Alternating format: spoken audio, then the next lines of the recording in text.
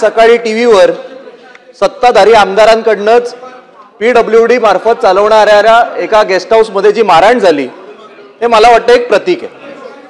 खरं म्हणजे हे महाराष्ट्राचं सुदैव समजायला लागेल की जेव्हा ते आमदार हे बनियन आणि टॉवेल मध्ये एका कर्मचाऱ्याला मारत होते तेव्हा मारता मारता त्यांचा टॉवेल सुटला नाही. ही खरंच महाराष्ट्राच्या दृष्टिकोनातून एक सुदैवाची बाब समजायला लागेल. अध्यक्ष महोदय, माझ्या मतदारसंघामध्ये PWD मार्फत शासकीय वसाहतीचं काम चालतं, बांधकाम चालतं आणि त्याचा मेंटेनन्स देखील चालतो. जुनी शासकीय वसाहत जी आहे त्याला आता बांधकाम होऊन 50 वर्ष झाली, 60 वर्ष झाली. पण दुर्दैवाने त्याचं जर आत्ताचं आपण स्वरूप बघितलं, मी मध्ये मंत्री महोदयांना देखील विनंती केली की आपण तिकडे या, एकदा पाहणी करा. इतकी वाईट परिस्थिती आहे की जेलमध्ये सुद्धा राहणारे जे लोक असतील त्यांची लिव्हिंग कंडिशन ही जुन्या शासकीय वसाहतीपेक्षा चांगली असेल. पाणी मिळत नाही, पाऊस पडल्यानंतर जायला मार्ग नाही, केवळ खाली साप फिरत नाहीत तर आता मंगूस सुद्धा फिरायला लागलेले आहेत. मेंटेनन्सला वरनं पाणी पडत असतं म्हणून वॉटरप्रूफिंग नाही करत तर ताडपत्री टाकण्यात येते. आणि हे तेच कर्मचारी आहेत जे आपल्या या अधिवेशन काळामध्ये दररोज आपल्या सोबत बसलेले असतात. आपण जर त्यांच्या मेंटेनन्स करता, त्यांच्या घराच्या मेंटेनन्स करता जर काम करू नाही शकलो तर अध्यक्ष महोदय, मोठ्या मोठ्या घोषणा करून नक्की आपला उपयोग काय हा आपण विचार करण्याची गरज आहे. अध्यक्ष महोदय, माझ्या मतदारसंघामध्ये नवीन हायकोर्टचं बांधकाम होणार आहे असं गेल्या अनेक वर्षांपासून आम्ही ऐकतोय. नवीन हायकोर्टचं बांधकाम होणार म्हणून जुन्या शासकीय इमारती, वसाहती या पाडण्यात आल्या. मला हे कळत नाही की पाडल्यानंतर या बजेटमध्ये नवीन हायकोर्टच्या बांधकामाकरता एकही रुपया नसताना पाडण्याची एवढी घाई का केली. आज परिस्थिती काय निर्माण झाली आहे, लोकांना आपण घरातनं निष्कासित करून टाकलं, पण नवीन गव्हर्नमेंट कॉलनी, नवीन शासकीय वसाहतीत घरच तयार नाही झाली. मग आपण काय करतोय, हायकोर्टचा जो बाधित क्षेत्र आहे तिकडनं लोकांना काढतोय आणि अक्षरशः डिलॅपिडेटेड म्हणजे अत्यंत धोकादायक असलेल्या जुन्याच वसाहतीमध्ये शासकीय कर्मचाऱ्यांना परत पाठवतोय. हा कुठला न्याय अध्यक्ष महोदय? आणि त्यावर आपण कधी काय काम करणार आहोत की नाही? आणि म्हणून कधी आम्ही PWD कडे गेलो की निधी नाही, निधी नाही, एवढं एकच कारण आम्हाला सांगण्यात येतं. अध्यक्ष महोदय, गेल्या अनेक वर्षांपासून शासकीय कर्मचाऱ्यांना त्यांच्या हक्काची घरं द्यायचं ही मागणी गेले 25-30 वर्षापासून जोर धरते. विधानसभेच्या निवडणुकीच्या पार्श्वभूमीवर आचारसंहिता लागायच्या शेवटच्या दिवशी गेल्या सरकारने एक GR काढला आणि सांगितलं भूखंड देण्यात येईल. आज 7 महिने झाले. 7 महिन्यानंतर एक समिती गठीत करण्यात आली की हा भूखंड किती असावा, कसा असावा आणि कोणाकोणाला घरं द्यायची. खरं म्हणजे अध्यक्ष महोदय, जेव्हा नवीन सरकार आलं होतं तेव्हा मुख्यमंत्री महोदयांनी त्यांच्या पहिल्या भाषणात सांगितलेलं की विरोधकांची संख्या किती आहे याला महत्व नाही, ते जनतेचे लोकप्रतिनिधी आहेत, त्यामुळे विरोधी पक्षातील आमदारांना सुद्धा योग्य तो मान आणि सन्मान आम्ही देणार. आणि त्यावेळा एक अतिशय आशेने अपेक्षेने मी देखील बाक वाजवलेला.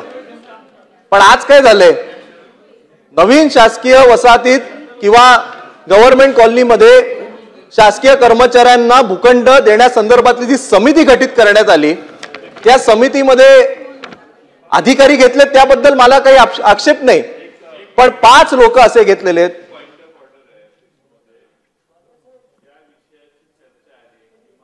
मंत्री महोदयांनी त्या या ठिकाणी उपस्थित राहणं अपेक्षित आहे. ते फार चांगली भूमिका आणि मुद्दे मांडतायत.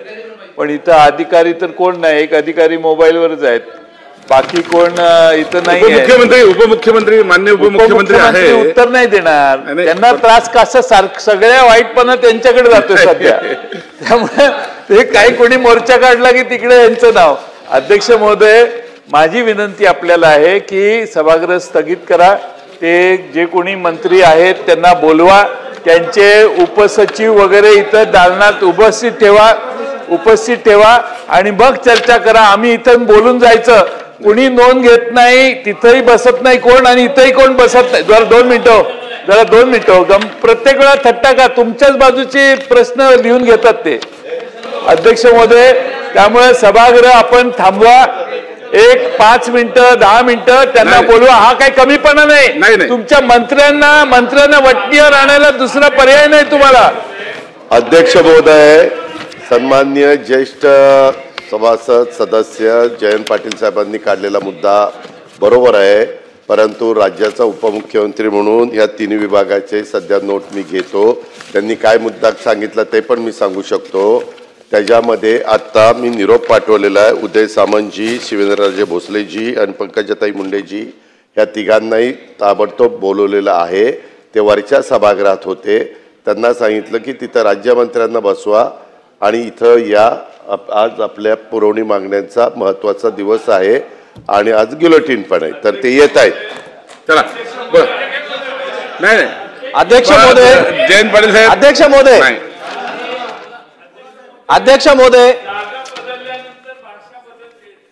महोदय, ते विरोधी पक्ष नेते होते त्यावेळी हा मुद्दा किती जोरात मांडत होते मला माहिती आहे. त्यामुळे अध्यक्ष महोदय त्यांचं काही मनावर घेऊ नका. त्या मंत्र्यांना बोलवलं तुम्ही स्थगित करा. जयंत पाटील साहेब बोला. बघा सांगतो, एक मिनिट. बरेच लोकांची नावं आहे आणि 5:30 वाजता गिलोटीन आहे. माझी विनंती आहे की सर्वांना संधी मिळाली पाहिजे आणि वेळेत गिलोटीन झालं पाहिजे, यासाठी सर्वांनी सहकार्य करावं अशी विनंती आहे माझी. बोला. अध्यक्ष महोदय, मी ज्येष्ठ सदस्य जयंत पाटील साहेब यांचे आभार मानतो आणि मी उपमुख्यमंत्री अजितदादा पवार यांचे देखील आभार मानतो की त्यांनी लगेच मंत्र्यांना बोलवून घेतलं. खरं तर मला अजितदादा इकडे उपस्थित आहेत, मी यामध्ये सुद्धा समाधानी आहे, कारण माझ्या मतदारसंघाकरता अजितदादांनी 205 कोटी अशी भरीव मदत ही गेल्या निवडणुकीच्या आधी केलेली आहे. त्यामुळे यावेळी सुद्धा ते करणार आहेत अशी देखील मला पूर्ण मला आनंद आहे आणि मला आशा अपेक्षा आहे. अध्यक्ष महोदय, मी म्हणालो तसं मुख्यमंत्री महोदयांनी सांगितलेलं की विरोधी पक्षावर कुठलाही अन्याय करणार नाही, त्यांना देखील यथोचित मान सन्मान देण्यात येईल. मग माझा प्रश्न हा आहे की माझ्या मतदारसंघातील जेव्हा एखादा महत्वाचा विषय येतो, जेव्हा समिती गठीत होते, तेव्हा केवळ मी विरोधी पक्षामध्ये आहे म्हणून मला त्या समितीत घेण्यात येत नाही. अध्यक्ष महोदय, एक 2013 सालचा GR आहे, तो GR सुद्धा असेल माझ्याकडे, आता त्या कागदपत्रांमध्ये मला मिळत नाहीये. त्या GR मध्ये असा उल्लेख आहे की एखाद्या मतदारसंघामध्ये शासनाचा कुठलंही कामकाज होईल, मंत्री महोदय येईल, पालकमंत्री येईल, कुठलाही केंद्र सरकारचा मंत्री येईल, त्या मतदारसंघातील लोकप्रतिनिधी म्हणजे आमदाराला त्यामध्ये इन्व्हॉल्व केलं पाहिजे. मग हा विरोधाभास नाही का? आणि त्यामुळे अध्यक्ष महोदय, तुमचं राजकारण तुम्हाला लक लाभो.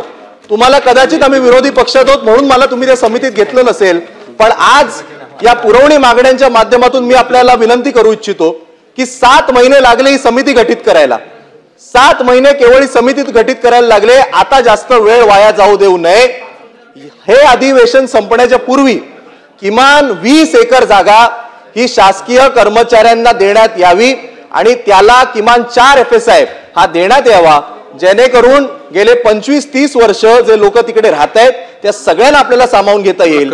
आणि याचं बांधकाम हे BDD चाळीचं वरळीमध्ये ज्या धर्तीवर सुरू आहे, चांगले TCS, टाटा असेल, LNT असेल, अशा चांगल्या कॉन्ट्रॅक्टर कडनं बांधकाम करून देण्यात यावं आणि लोकांना, शासकीय कर्मचाऱ्यांना तिकडे घरं देण्यात यावी.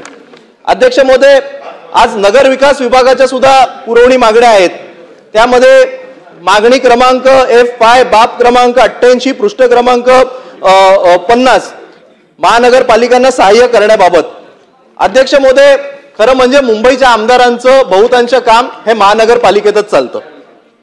अत्यंत महत्वाचे प्रकल्प हे माझ्या मतदारसंघात आता सुरू आहेत, पण त्याचं जी गती आहे ती अत्यंत स्लो आहे, अत्यंत वाईट आहे.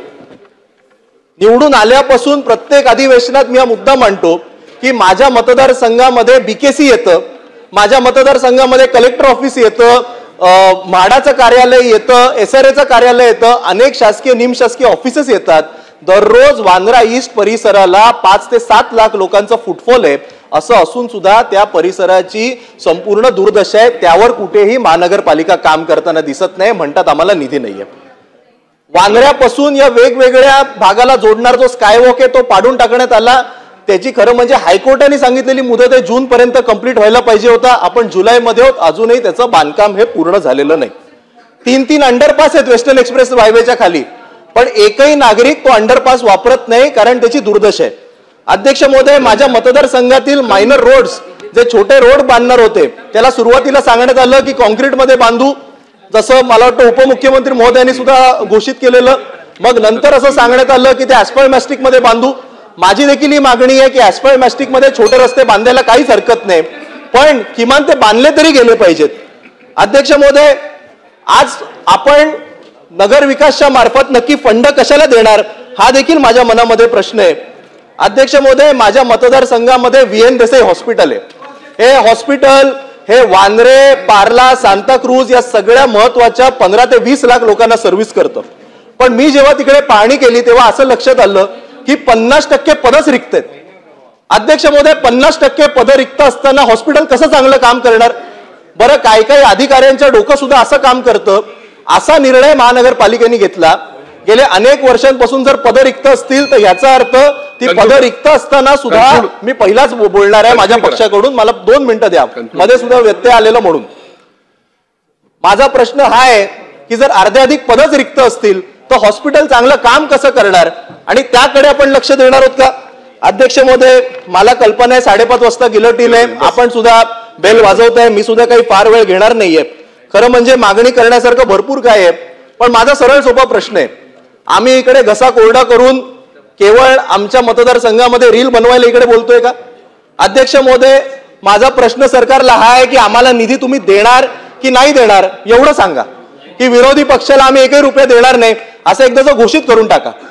मला माहिती आहे की तुम्ही काही वरचा 1 रुपया आम्हाला देण्याची तुमची मनस्थिती नाही. माझं एवढंच म्हणणं आहे, जो निधी बाकी लोकप्रतिनिधींना तुम्ही देताय तेवढा तरी तुम्ही द्या. अध्यक्ष महोदय, आज सत्तेतल्या प्रत्येक आमदाराला महानगरपालिकेचे 15-15, 17-17 कोटी देण्यात येत आहेत. अध्यक्ष महोदय, जे नगरसेवक हे आमचा पक्ष सोडून दुसऱ्या पक्षात गेले त्याला 2-2, 3-3 कोटी देण्यात येतात. जे आमच्या पक्षावर अधिक प्रखर टीका करतात त्याला 5-5 कोटी करण्यात येतात. मग अध्यक्ष महोदय, माझ्या मतदारसंघातनं एकही नगरसेवक सोडून गेला नाही म्हणून तुम्ही वांद्रे पूर्वला दंडित करत आहात. अध्यक्ष महोदय, तिकडे शिवसेना उद्धव ठाकरे पक्षाला निवडून दिलं म्हणून दंडित करत आहात. अध्यक्ष महोदय, वांद्रे पूर्ववर एवढा अन्याय का आणि केवळ आम्ही कसा कोरडा करून काही होणार आहे का हे माझं त्यामुळे विनंती आहे. तरी देखील मी शासनासमोर परत एकदा हात जोडून विनंती करू इच्छितो की किमान जेवढा निधी हा इतर लोकप्रतिनिधींना देण्यात येतोय तेवढा तरी द्यावा.